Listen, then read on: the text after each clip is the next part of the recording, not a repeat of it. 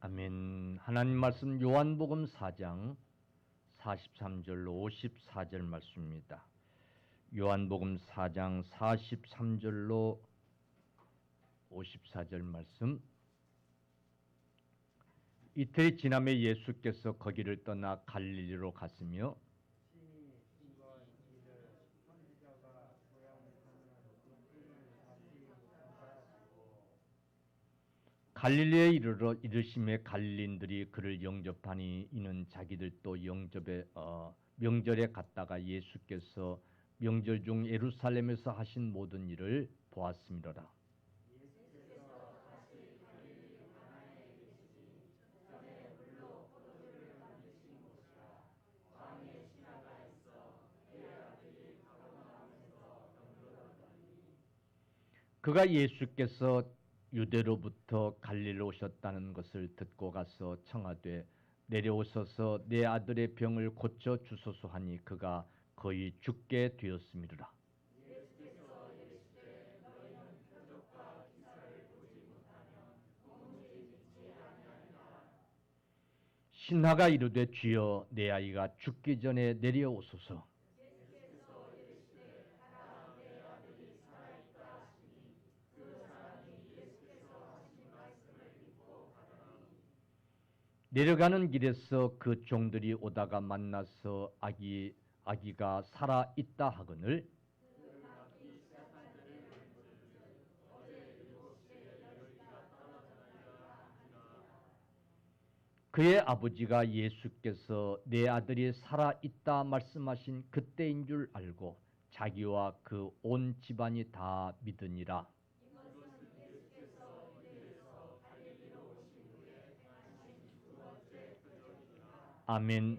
하나님 아버지, 성령님께서 우리 마음 문을 열어 주시옵시고 사마리아 성 사람들이 주님의 말씀을 듣고 믿었던 것처럼 믿음은 들음에서 난다고 하셨사오니 하나님의 말씀을 들을 수 있는 마음들이 되게 하여 주옵시고 심령의 밭들이 되게 하여 주옵시고 말씀을 받을 때에 우리의 믿음들이 성장되고 성숙되지도록 역사하여 주옵소서. 온전히 성령님만 의지하옵고 예수님의 이름으로 기도 올리옵나이다. 아멘. 모든 사람들은 고난을 좋아하지 않습니다. 좋아하지 않을 뿐더러 싫어합니다. 동서고금 모든 민족, 모든 사람들이 다 마찬가지일 겁니다. 신자도 고난은 싫어하고 불신자도 고난은 싫어합니다. 그래서 고난은 백해무익한 것처럼 그렇게 생각됩니다. 그런데 오늘 저는 설교 제목을 고난의 유익이라고 이렇게 잡았습니다. 과연 백해무익 같은 이 고난이 주는 유익이 무엇일까요? 오늘 본문 속에서 그 해답을 찾아보는 귀한 시간 되어지기를 간절히 축원합니다. 한번 따라합시다. 고난의 유익. 아멘. 여러분 고난은 좋아해요? 싫어해요? 싫어해요. 고난은 백해무익한 것 같아요. 그런데 오늘 본문 속에서 고난이 유익한 점이 있구나 하는 것을 깨닫는 귀한 시간 되어지기를 간절히 축원합니다. 예수님이 예루살렘의 명절에 가셨다가 이제 서서히 다시 갈릴리 지역으로 내려옵니다. 내려온 과정에 사마리아 성에서 이제 이틀을 유하면서 그 성을 뒤집어 놓습니다. 그 사마리아 성 사람들을 말씀을 통해서 믿게 만들어 놓았습니다. 거기에는 죄인시 취급받았던, 그래서 한낮에 물을 길러러 왔던 한 여인이 그 중심에 있었습니다. 우리 주님은 아시고 그 성을 찾아가셨던 것 같아요. 추수 때가 다 된 걸 아시고, 추수할 때가 이미 지나서 곡식이 다 익어서 지금 추수하지 않으면 안 되는 그런 시점인 것을 아시고 우리 주님이 찾으신 거예요. 그 성을 여러분 구원하시고 거기 이틀을 유하시다가 이제 갈릴리로 내려 가십니다. 그러시면서 본래 선지자들도 고향에서는 화형을 받지 못했다. 제자들에게. 그러니 너희들이 예루살렘에서 환영을 받듯이 그런 기대하지 말고 그런 얘기를 하면서 고향으로. 근데 뜻밖의 이 갈릴리 사람들이 예수님 일행을 환영하면서 맞이해요. 이유인즉슨 그들이 예루살렘에 왔다가 예수님의 행하신 기적들을 보았기 때문인 거예요. 그리고 우리 주님이 다시 첫 번째 기적을 행했던 그 가나를 찾으세요. 사역을 시작하시면서 첫 번째 행하셨던 그 가나 지역을, 기적을 행하셨던 그 가나 지역을 다시 찾으세요. 그리고 거기 머물러 계시는 거예요. 그때 일이었어요.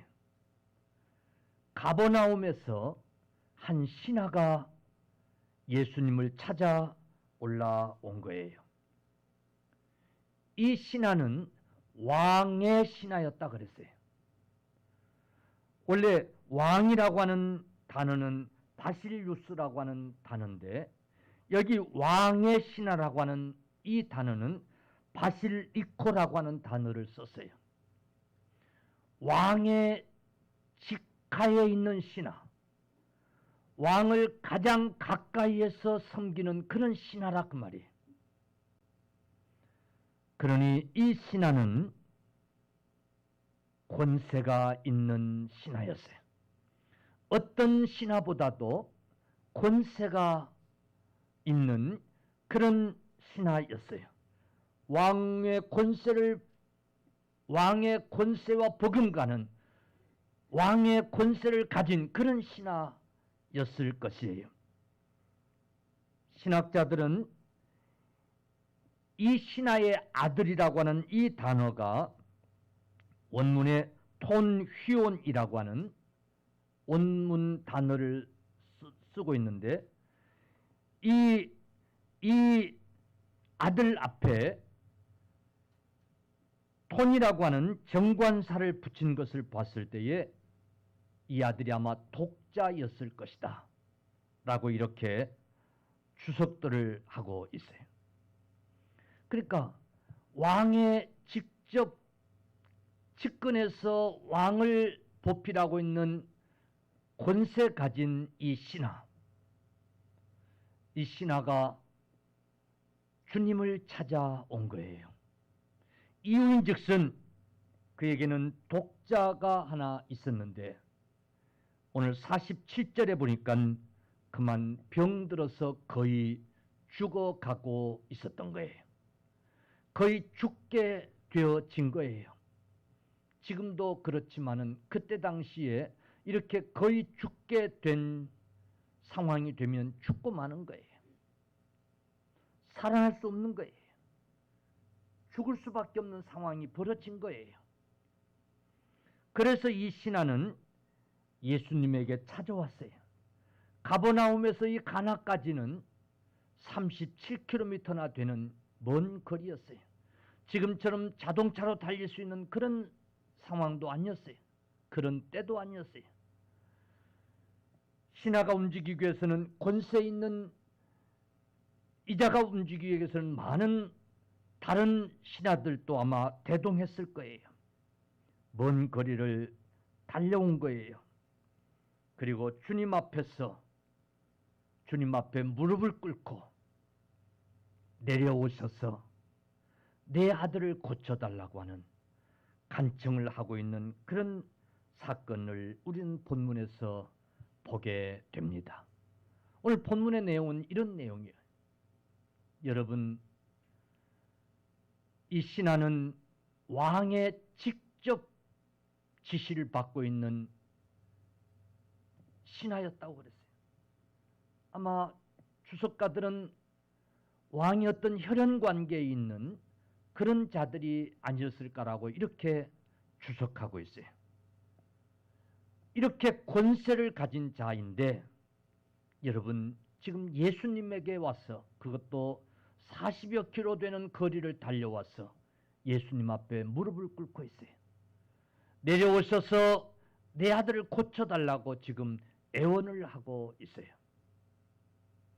여러분, 권세라고 하는 것은 지금 우리나라도 여러분 권세를 가진 자들을 우리가 보게 되지만은 여러분 과거에 권세 잡았던 자들에 비하면 지금 정권을 잡은 자들, 권세를 잡은 자들의 권세는 별로 그렇게 힘없어 보여요. 나라가 어려울 때일수록 여러분 권세 잡은 자들의 그 권세, 그 위력은 대단해요. 그래서 후진국일수록 경찰들의 힘이 대단하고 권세 잡은 자들의 힘이 대단해요. 왜? 그 권세로 못할 것이 없기 때문에 법을 초월해서 일들을 할 수 있기 때문에. 여러분, 이때 이스라엘의 상황은 로마의 속국으로 있었어요. 로마에서 왕들을 세워놓았어요. 그리고 나라를 다스리도록 그렇게 지금 하고 있어요. 이들의 권세는 대단했을 거예요. 그런데 그가 지금 예수님 앞에 와서 무릎을 꿇고 있어요. 여러분, 이유는 아들이 죽어가고 있기 때문에 그래요. 사랑하는 성도들이여, 우리는 이 권세자의 이 모습 속에서 우리는 하나 중요한 교훈을 발견하게 돼요. 사랑하는 사람의 죽음 앞에서 권세도 권위도 다 소용없구나. 사랑하는 사람의 죽음 앞에서 권세도 다 팽개치고 권위도 다 팽개치고 자존심도 다 팽개치고. 여러분, 당시의 시골 촌놈, 나사렛 출신 예수 패거리 지어서 지금 그들 입장에서는 나라를 혼란케 하고 있는 그런 우두머리, 그렇게 생각할 수 있는 예수님에게 와서 지금 무릎을 꿇고 있어요. 머리를 조아리고 있어요. 간구하고 있어요. 죽음이 지금 이들을 이렇게 바꿔놓고 있어요. 사랑하는 성도들이여, 죽음 앞에서, 사랑하는 자의 죽음 앞에서 오늘 권세도 물질도 명예도 자존심도 아무 소용이 없다는 사실을 깨달을 수 있기를 주님의 이름으로 간절히 축원합니다. 그래서 우리 주님도 천하를 얻고도 자기 목숨을 잃으면 그게 다 무슨 소용이 있겠느냐라고 말씀해요. 할렐루야. 그러므로 천하보다도 더 귀한 게 생명이고 목숨인 거예요. 그러니 죽음 앞에서 권세가 무슨 소용이 있겠어요? 여러분, 그러니 죽음 앞에서 물질은 다 무슨 소용이 있고, 여러분, 죽음 앞에서 이 지구만한 황금 덩어리는 다 무슨 소용이 있겠어요? 그래 안 그래요? 이걸 우리가 깨달을 수 있기를 주의 이름으로 축원합니다. 축원합니다. 모든 사람들은 더 나은 미래를 향해서 노력하고 앞으로 달려가고 있어요. 미래에 대한 소망을 가지고 한 걸음 한 걸음 지금의 고생을 참고 이기면서, 그래, 더 좋은 날이 올 거야, 그러면서 살아가고 있어요. 근데 한편으로는 여러분, 죽음을 향해서 가고 있는 거예요. 그래 안 그래요? 아이러니하지요? 미래의 소망을 가지고 소망 중에 지금의 현실의 아픔을 참고 이기면서 하루하루 버티고 살아가는데, 좀 깊이 생각해 보면 우리는 죽음을 향해서 한 걸음 한 걸음 가고 있는 거예요. 언젠가 그 죽음 앞에서 우리가 이루었던 명예와 권세와 그 모든 것들은 다 필요 없는 것들이 되고 마는데, 우리는 그 죽음을 향해서 한 걸음 한 걸음 가고 있는 인생들인데, 그걸 모르고 그놈의 권세를 잡으려고, 그놈의 명예를 위해서 물질을 탐하면서 그렇게 지금 살고 있는 거예요. 오늘 이 사건을 통해서 죽음 앞에서는 황금 덩어리도 소용이 없고 천하를 움직일 수 있는 권세도 그것도 아무것도 아니구나 깨닫는 저와 여러분들이 다 되시기를 주님의 이름으로 간절히 축원합니다. 할렐루야. 그러므로 우리는 그 죽음 앞에서 우왕좌왕하지 아니하고 기꺼이 우리는 그 죽음을 받아들이고 맞이할 수 있는 그런 믿음을, 내세에 대한, 다음 세상에 대한 준비를 차곡차곡 해나갈 수 있기를 주님의 이름으로 축원합니다. 오늘 우리에게 진정한 미래의 소망은 그런 거 아니겠어요? 할렐루야. 반드시 찾아올, 아니 가까워지고 있는 이 죽음 앞에서 그 죽음을 어떻게 맞이할 것인가, 두려움 없이 그 죽음을 맞이할 수 있을 것인가, 그것을 준비하는 오늘 그 삶이 지혜로운 삶이고, 여러분 그런 믿음이 저와 여러분들에게 있어지시기를 간절히 축원합니다. 축원합니다. 아멘. 천년만년 영원히 살 줄로 착각하면서 살면 안 돼요. 여러분, 모든 사람에게 오는 그런 지구의 종말이라고 하는 그런 종말이 있지만은 각 개개인에게 언제 올지 모르는 종말이 있어요. 아멘. 이건 우리가 부정할 수 없는 거예요. 언제 우리가 죽음을 맞이하고 죽음 앞에 부닥칠지 몰라요. 믿습니까? 죽음 앞에서는 아무것도 소용이 없다는 사실을 우리는 깨달아야 돼요. 그래서 어리석은 부자, 돈밖에 모르고 살았던 어리석은 부자에게 주님이, 어리석은 자여, 내가 오늘 그 영혼을, 그 생명을 내가 오늘 부르면 그것이 다 네 것이 되겠느냐, 그것이 다 네게 무슨 소용이 있겠느냐라고 우리 주님이 말씀하고 계시잖아요.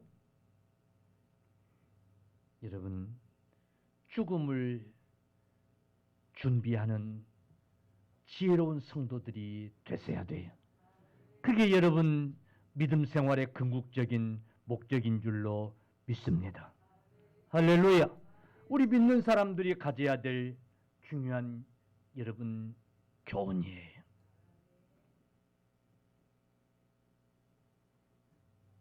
그래서 성경은 혼인집도 가서 축하하고 기뻐하고 해야 되겠지만은 장례식장에 가서 배우라 그랬어요. 할렐루야. 장례집에 가서 배우라는 거예요. 사랑하는 성도들이여, 오늘 가슴속에 한번 깊이 생각해 볼 수 있는 저와 여러분들이 꼭 되시기를 주님의 이름으로 축원합니다. 그러면 오늘 이 본문 속에서 고난이 주는 유익이 무엇일까요? 과연 고난은 오늘 이 왕의 신하를 어떻게 바꾸어 놓았는가? 오늘 이 왕의 신하가 이렇게 바뀔 수 있었던 원인이 무엇이었는가? 우리 한번 살필 수 있는 귀한 시간 되기를 바랍니다. 성경은 우리 하나님은 자비의 하나님이시고 긍휼의 하나님이시라고 말씀해요. 여러분, 우리 하나님은 용서의 하나님이시고 사랑의 하나님이시라고 말씀해요. 그런데 가끔 아주 깜짝 놀랄 말씀을 하고 계시는데, 예를 들면 이런 말씀이에요. 교만한 자를 대적한다고 하신 말씀 같은 거예요. 아멘. 교만한 자는 하나님이 대적하신다는 거예요. 아멘. 아니, 전능하신 하나님이 대적하시면 살 수 있겠어요, 없겠어요? 있겠어요, 없겠어요? 같은 인간끼리도요, 좀 덩치 크고 이런 사람 보면 겁나요, 안 겁나요? 응? 밤길을 가다가도 덩치 큰 놈이 앞에 딱 나타나면 겁나요, 안 겁나요? 겁나잖아요. 덩치만 커도 겁나는데, 전능하신 하나님, 만군의 하나님이 우리를 대적하시면, 이 대적이란 말이 군사적인 용어잖아요. 생각해 보세요. 하나님이 우리를 대적하시면 어떻게 살겠어요? 근데 어떤 자를? 교만한 자를. 아멘. 교만한 자는 꺾으세요. 아멘. 하나님이 꺾으세요. 하나님이 대적하세요. 그런데 우리 인간은 자꾸 교만해지려고 해요. 하나님이 만든 피조물 중에 하나님의 형상을 닮아 지어놓았더니 그 하나님이 주신 지혜를 가지고, 하나님이 주신 그 재능을 가지고, 하나님이 주신 그 형상을 가지고 하나님과 같아지려고 그러고, 하나님을 오히려 대적하려고 그러고, 하나님과 같이 높아지려고 하고, 그런 못된 습성이 우리 인간들에게 있단 말이에요.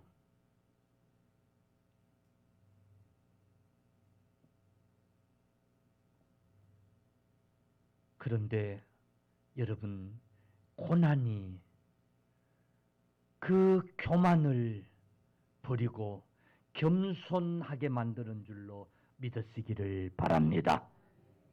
아멘.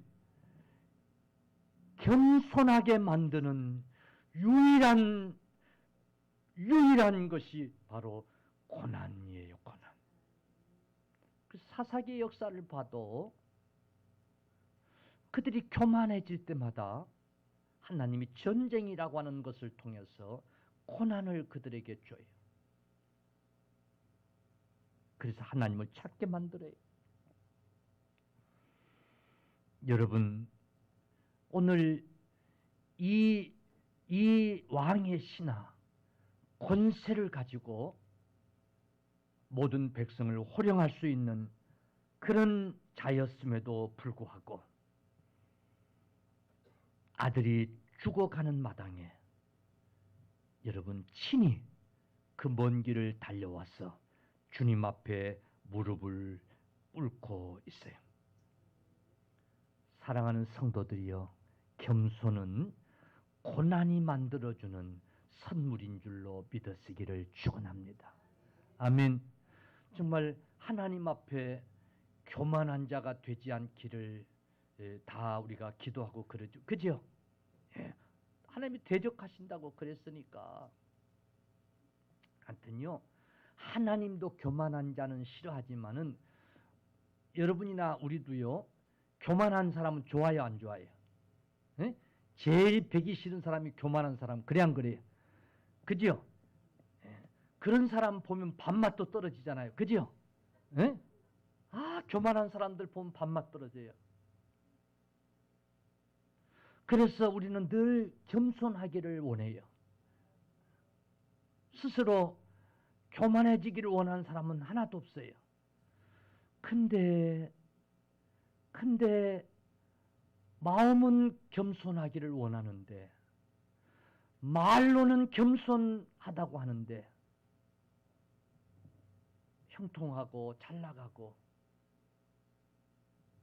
권세 자리 오르고 출세하고 성공하고 돈 많이 벌고 똑똑하고 그러면 반드시 찾아오는 게 교만이에요. 여러분, 그 교만을 겸손한 자로 바꾸는 것은 여러분 고난이라고 하는 거예요. 할렐루야. 네. 자, 보세요.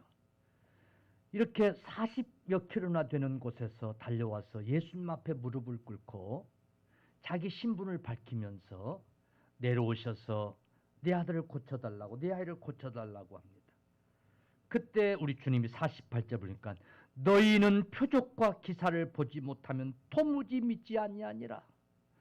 너희는 표적과 기사를 보지 아니하면 도무지 믿지 아니하는 자들인데 어찌 나한테 와서 내 아이를 고쳐달라고 하느냐? 너희가 언제부터 나를 믿었다고? 표적과 기사를 보지 아니하면 너희는 도무지 나를 믿지 않은 자들인데 웬일이냐? 참 서쪽에서 해가 뜰 일이다. 이거 칭찬이요? 빈정되는 말이요? 에? 빈정되는 말이에요. 여러분, 이게 한 번 참고 겸손했다가 이런 말 들으면 본질이 나와야 안 나와요? 에? 본 성깔이 나와야 안 나와요? 에. 한 번은 참는데 두 번은 그 이제 약자들은 세 번까지 참는데 이 힘 있는 사람들은 두 번 안 참습니다. 그죠? 본성까지 나와요. 예수님이 한번 보신 거예요. 예. 아니 너희들은 표적과 기사를 봐야 나를 믿겠다고 한 자들인데 어떻게 해서 나에게 지금 찾아와서 그러느냐? 그 얘기라. 그런데 보세요. 그는 42절 이렇게 얘기를 합니다. 49절 신하가 이르되 주여 내 아이가 죽기 전에 내려오소서. 아멘. 주여 내 아이가 죽기 전에 내려오소서.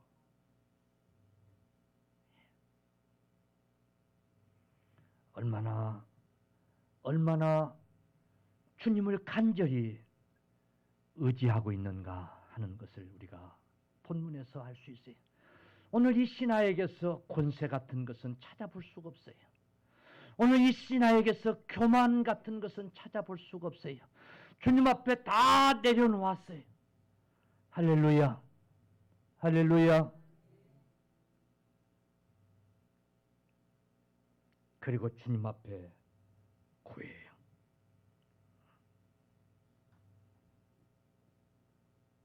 여러분, 오늘 이 시대에 이런 믿음이 저와 여러분들에게 필요한 줄로 믿습니다.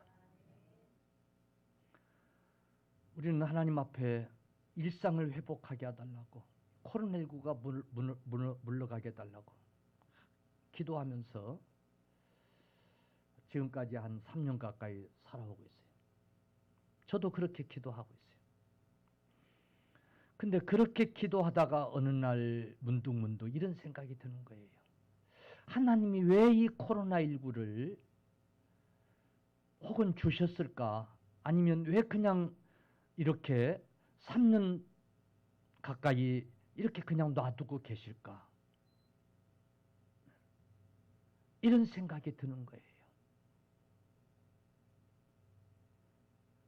그때 하나님이 주시는 깨달음이에요. 이 백성들이 살만해지니까, 우리나라를 비롯한 이 백성들이 살만해지니까 하나님 없이도 살만하다고 생각하는, 그래서 하나님에게서 멀어지는 이런 교만을, 이런 어리석음을 하나님이 깨우치시려고, 하나님 없이는 살아갈 수 없구나는 것을 깨닫게 하시려고, 그래서 하나님 앞에 돌아와서 구하게 하시려고 하나님이 이런 현실을 우리에게 주고 계시는구나 하는 것이 깨달아지는 거예요. 사랑하는 성도들이여, 오늘 말씀을 통해서 깨달을 수 있기를 주의 이름으로 간절히 축원합니다. 주여, 어서 내려오셔서 죽기 전에 내 아이를 살려주소서. 아멘. 그랬더니 보세요. 50절에 예수께서 이르시되 가라, 내 아들이 살아있다. 아멘. 가라, 내 아들이 살아있다. 가라, 내 아들이 살아있다. 그랬던지 보세요. 한번 성경 보세요. 그 사람이, 따라하세요. 그 사람이 예수께서 하신 말씀을 믿고 가더니, 아멘. 표적을 봐야만이 믿고 기사를 봐야만이 믿고 했던 유대인인데, 가라, 네 아들이 살아있다고 하시니 말씀 한마디 믿고 돌아간 거예요. 할렐루야. 고난이 이런 믿음을 가지게 한 거예요. 돌아가다가 집에서 온 하인들을 만난 거예요. 하인들이 주인을 만나서는 반갑게 아이가 살아났습니다. 아이가 살아났습니다. 열이 나 내렸습니다. 그러니까 이 종이 그 시점을 물으니 예수님이 가라, 내 아이가 살아있다 하신 그 시점인 거예요. 그러니 그리고 그들이 돌아가서 가족들과 다 함께 가족들을 모아놓고 이 사실을 구하고 예수를 믿었더라고 하는 말씀이 오늘 본문의 말씀이에요. 사랑하는 성도들이여, 오늘 고난이 예수 앞에 나오게 만들었어요. 고난이 예수님을 찾게 만들었어요. 갈급하게 만들었어요. 예수님이 아니면 안 되겠구나 하는 것을 깨닫게 만들었어요. 그리고 예수님의 말씀을 듣고 예수님 말씀을 믿게 만들었어요. 가라, 내 아이가 살아있다 라고 하시는 말씀을 믿고 의지하게 만든 거예요. 그리고 아들이 살아나는 것을 경험하게 된 거예요. 체험 있는 그런 믿음을 갖게 된 거예요. 그리고 본인뿐만 아니라 가족들과 함께 예수 믿고 구원을 얻게 되는, 여러분, 축복을 가져오게 된 줄로 믿으시기를 바랍니다. 여러분, 이것은 황금으로도 살 수 없는 축복이었어요. 권세로도 누릴 수 없는 축복이었어요.